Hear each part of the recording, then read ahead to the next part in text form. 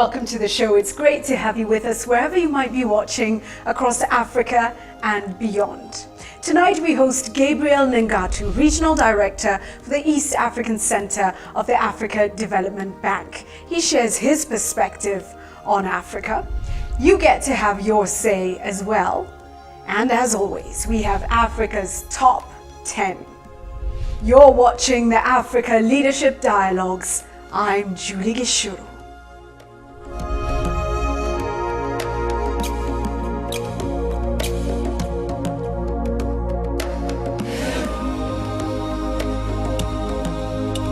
Gabriel Negatu is the African Development Bank Regional Director for the East Africa Regional Center, which is based in Nairobi. Originally born in Ethiopia, he's worked for the African Development Bank for several years now and has direct oversight responsibility for 6 countries in the region, namely Kenya, Tanzania, Uganda, Burundi, Rwanda, and the Seychelles. However, his responsibilities also include implementation support for the bank's portfolio in 13 countries in the region. In addition to the 6 just mentioned, he has direct oversight of Ethiopia, Eritrea, Djibouti, Sudan, South Sudan, Comoros, and Somalia. Let's get his insights into Africa.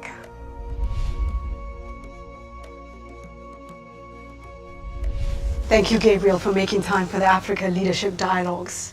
So looking at the situation across the continent, countries are at very many different levels. We've still got some conflict situations. In many countries, we're seeing increasing space in terms of democracy, increased levels of transparency, good governance.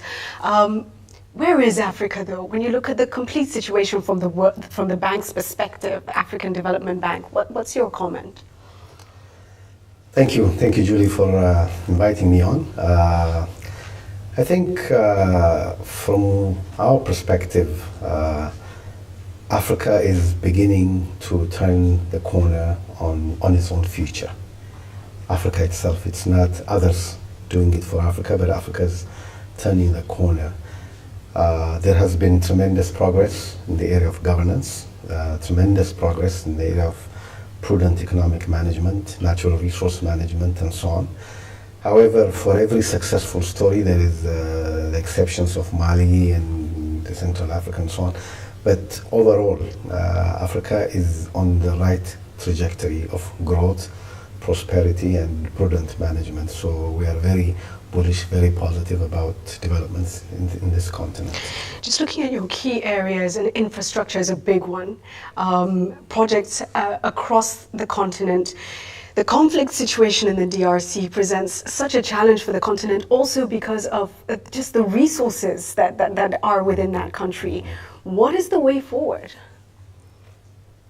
Well, yeah, the DRC is a very good example of a country that's endowed with virtually all types of resources, human and natural, and yet beset by issues of governance.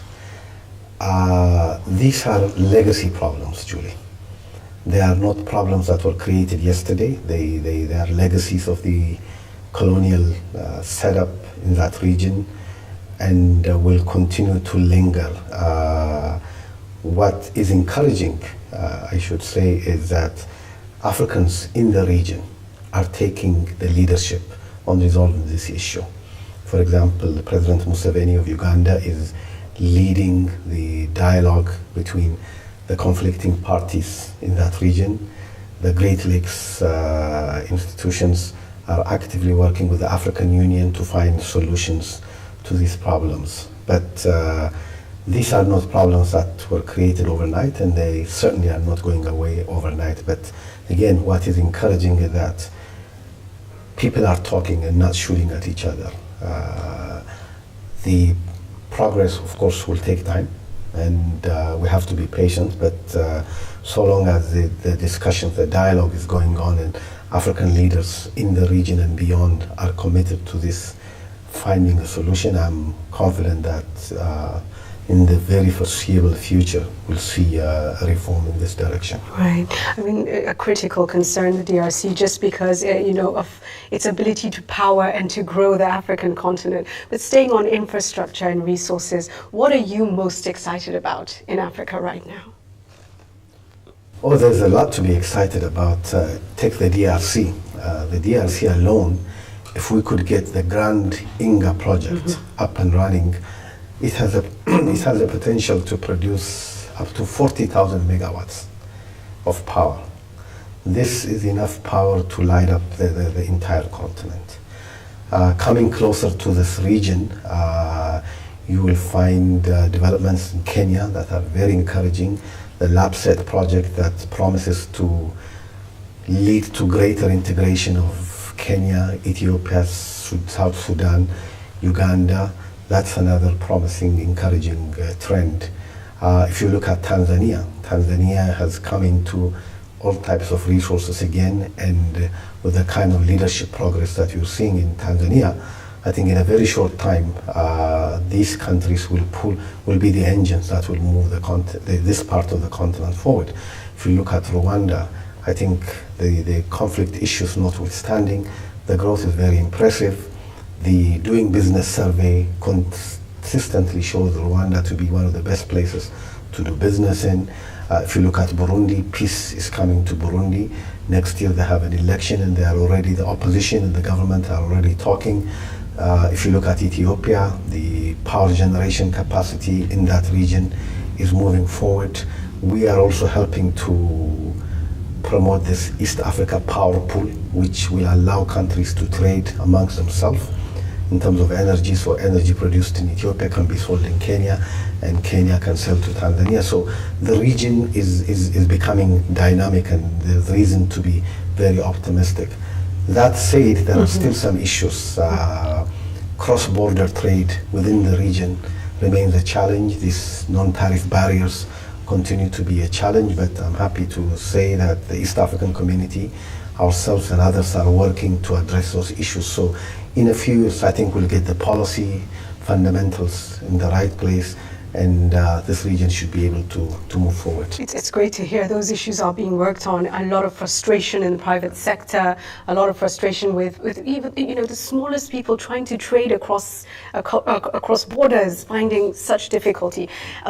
For a young African watching and listening to all the potential and all the possibilities that are very real, but wondering, where do I come in?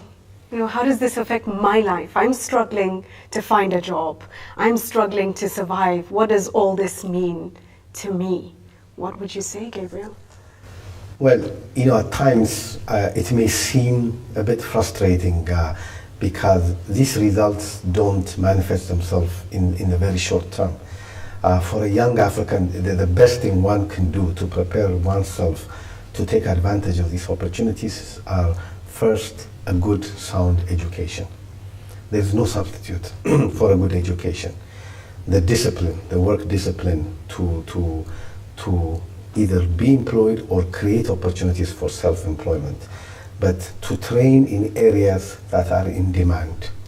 I always tell colleagues in Kenya, for example, that when you think of a market, don't think of Kenya only. The entire East Africa region is a market for experts from Kenya or Rwanda or Burundi or Tanzania or Ethiopia, for that matter. So you need to think a bit more broadly, whether you are trading, whether you are manufacturing, whether you have skills to sell.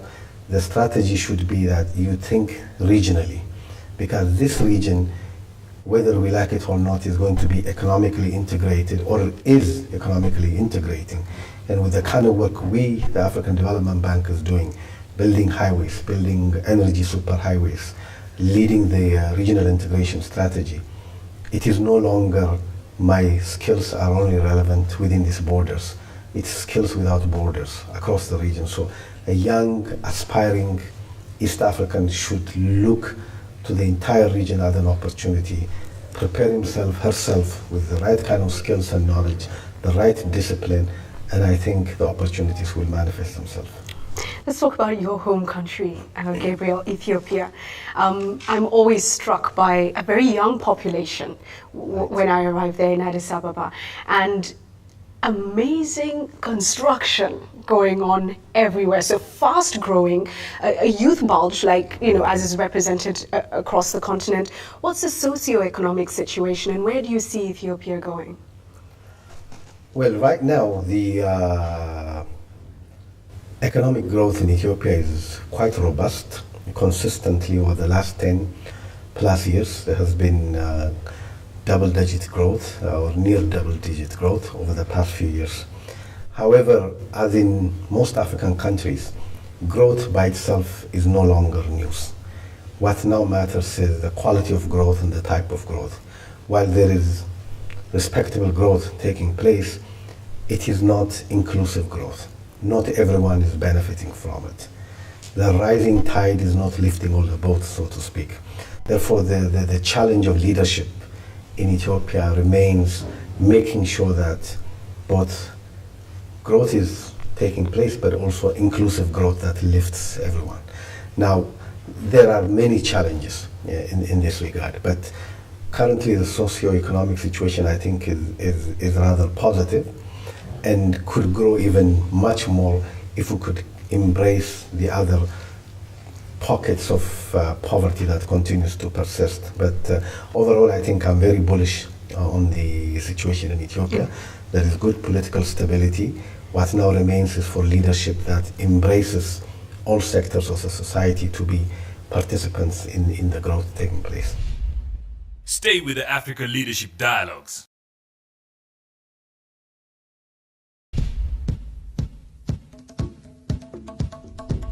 In terms of the challenges of integrating our regions and then integrating the wider Africa, do you think that leadership across our countries is doing enough and building enough momentum and goodwill to get it done? You say it's being worked on, but is this a process that is difficult?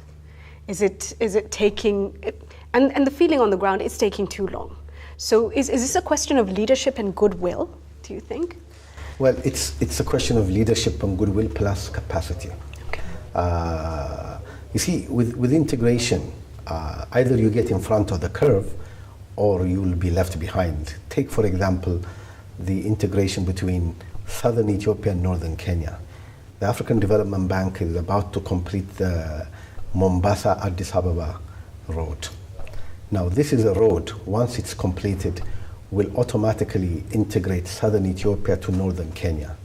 Now, either leadership will have to set the policy and prepare the ground for it, or events by themselves will take over. Economically, these two regions are beginning to integrate. Look at Tanzania and Kenya. We built this beautiful road to Namanga, Arusha, connecting Kenya and Ethiopia, Tanzania and Kenya, or at Malaba between Uganda and Kenya. However, despite this beautiful road, trucks still come and get stranded for hours, sometimes for days at the border. Now, the next phase is for us to work with the member countries and other institutions to remove this non-tariff barrier so that goods, services can move freely. That way, the small trader in Kenya can trade in Tanzania and vice versa. But this, of course, takes time. Look at the most recent initiative between the heads of states of Kenya, Uganda, and Rwanda. They've now agreed to free up the port of Mombasa. This is truly the gateway to Eastern and Central Africa. The effort by the current government in Kenya to revamp the port of Mombasa, to clear up, to make it efficient, may sound like a Kenyan initiative, but this is an entirely East African initiative. Will it happen tomorrow? Perhaps not, but day after tomorrow it will happen. So I would like to think of it as the glass half full than half empty. The LAPSET project, when that comes on board, southern Ethiopia, South Sudan, Uganda, Kenya, will be one seamless market for traders, for people who want to do business in this region. So the trend is very promising. The direction of travel is in the right place, and it's a matter of time before we see the kind of impact that we wish to see. Well, it's interesting. We hope governments are listening. That indeed, I think a very powerful statement there. That the communities and the traders will respond, and the trade will happen if you're not there leading it. So we ask our governments, please, to lead us towards a completely integrated economic union of sorts. Let's talk about the debate on Africa looking east or west. What's your take on this whole issue? Well, in my view, it's Africa looking both east and west and center. In this business, I think there are no permanent friends, so to speak. It's more permanent allies. And Africa has had a relationship with the East and the West since time immemorial. Most people talk about China as a newcomer, but China is not a newcomer. China, I read somewhere that China was one of the first countries to recognize Kenya's independence very early on. China helped build the Tazara Railway between Tanzania and Zambia in the early 1960s. So China is not a newcomer. But it does not have to be China at the cost of the West. No, it can be both the East and the West. What the leadership in Africa needs to do is do what is right for Africa, what's best for Africa. It's good that there are options. You can shop around, speak to all partners, and at the end of the day, you do what's best for your people and your country. And I'm happy to say that I know Ethiopia does the same, Kenya does the same, and so do all the other countries. They speak to all sides, and where you get the best investment, the best technology, the best manpower, you go, you use that source. Right. Just on your personal view of the continent as an African, you've worked abroad for many years. But they say an African heart is always going to be at home. You always feel the connection with home.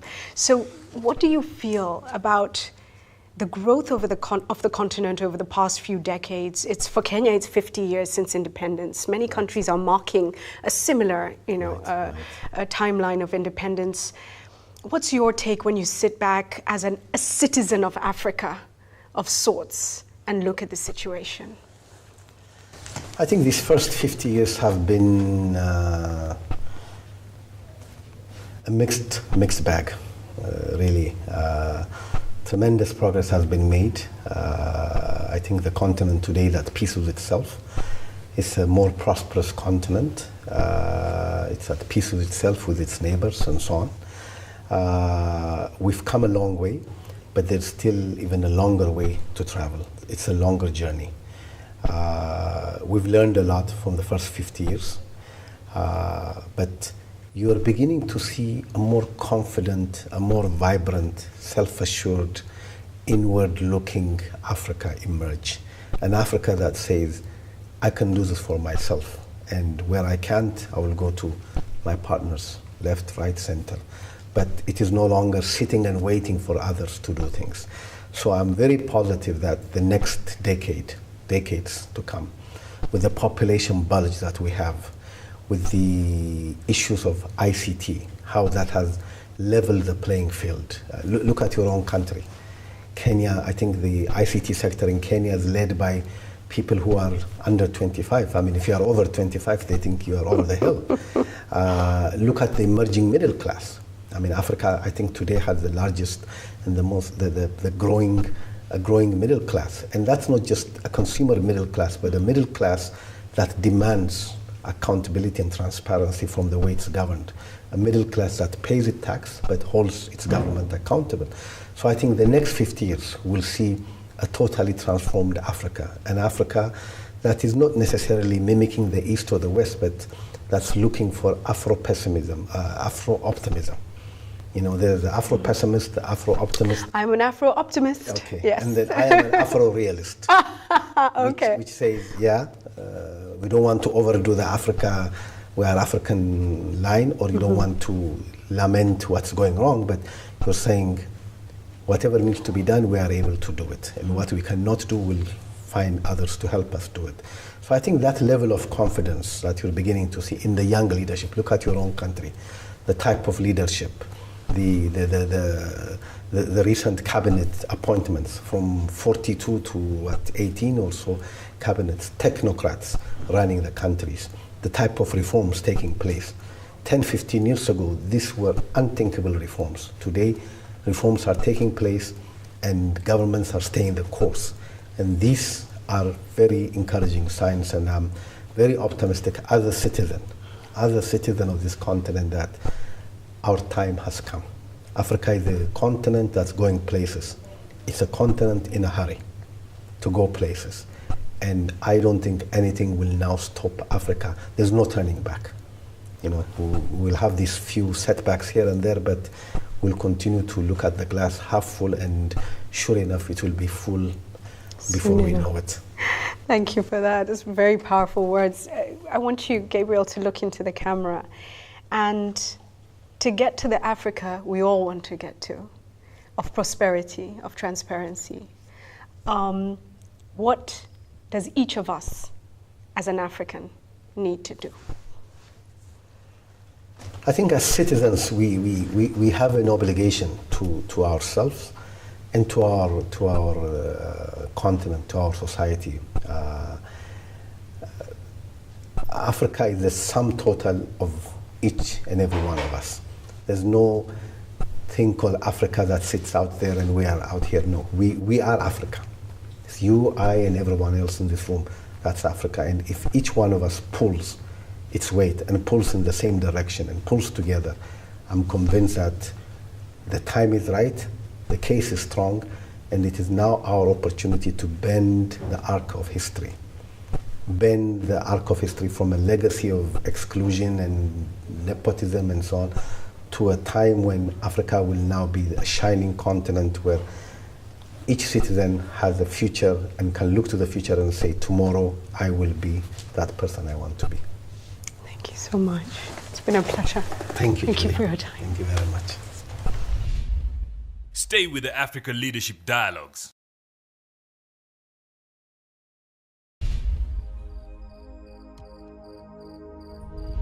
And from Gabriel Negatu's perspective, let's get your thoughts on the issues.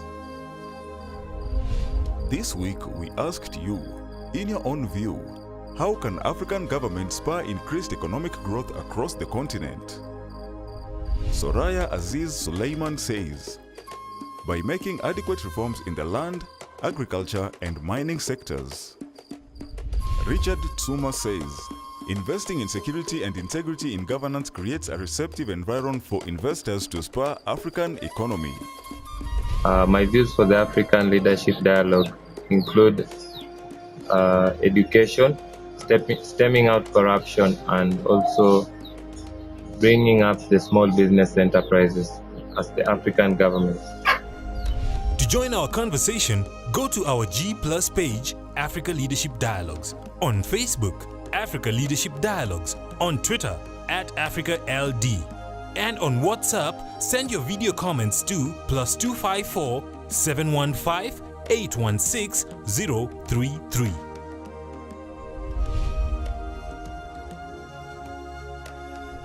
Thank you for sharing your views. Let's keep the engagement going.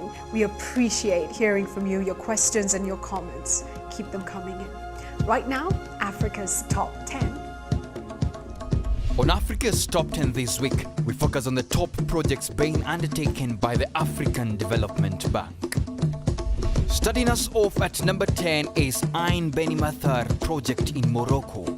This integrated solar thermal combined cycle power station was the bank's first experience in solar power. It combines solar and thermal power. It has seen the reduction of the national fuel bill and a reduction in emissions of carbon dioxide. Coming in at position 9 is the Africa Legal Support Facility project. The facility provides technical and legal support to African governments that are negotiating contracts for projects in the extractive sector. At the number 8 spot is the Souk at Tangier project, a market for development being undertaken in Tunisia. This is an innovative initiative promoting jobs, innovation and hope in post-revolutionary Tunisia. It has an estimated budget of $1.3 million and $1.3 million as in-kind contribution from partners.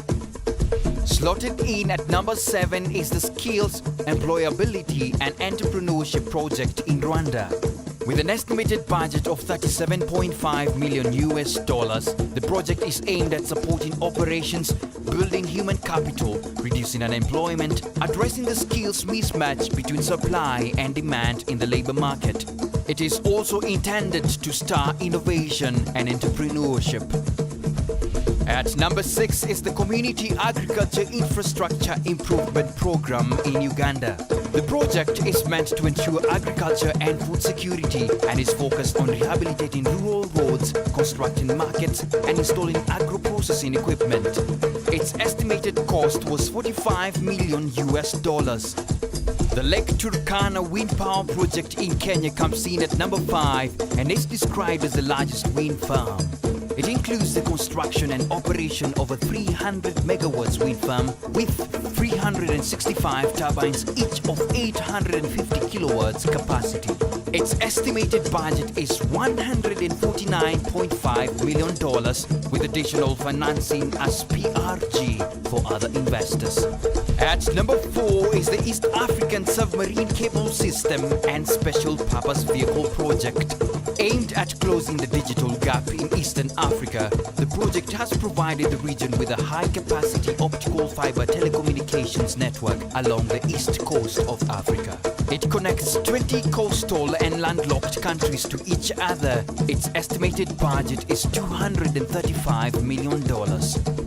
Taking the number 3 position is the Nairobi Thika Superhighway project in Kenya. With an estimated budget of $300 million, the highway has improved accessibility, affordability and reliability of the transport infrastructure system. Coming in at number 2 is the transmission line project to be built between Kenya and Ethiopia. This 1,068-kilometer high-voltage electricity highway is estimated at $1.26 billion. The project establishes power trade between Ethiopia and Kenya and the wider East Africa region. It not only improves electricity access at affordable prices, but also provides an important opportunity to generate revenues for countries having excess power generation capacity, as is the case for Ethiopia. And at number 1 this week is Africa 50 Fund Project.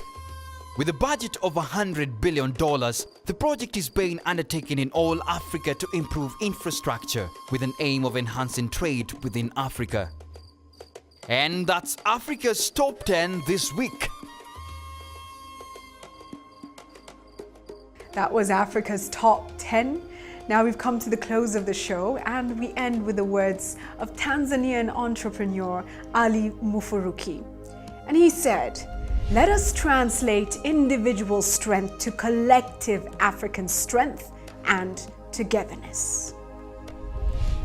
I'm Julie Gichuru. It's always a pleasure. I look forward to seeing you again next week. Blessings to you and blessings to Africa.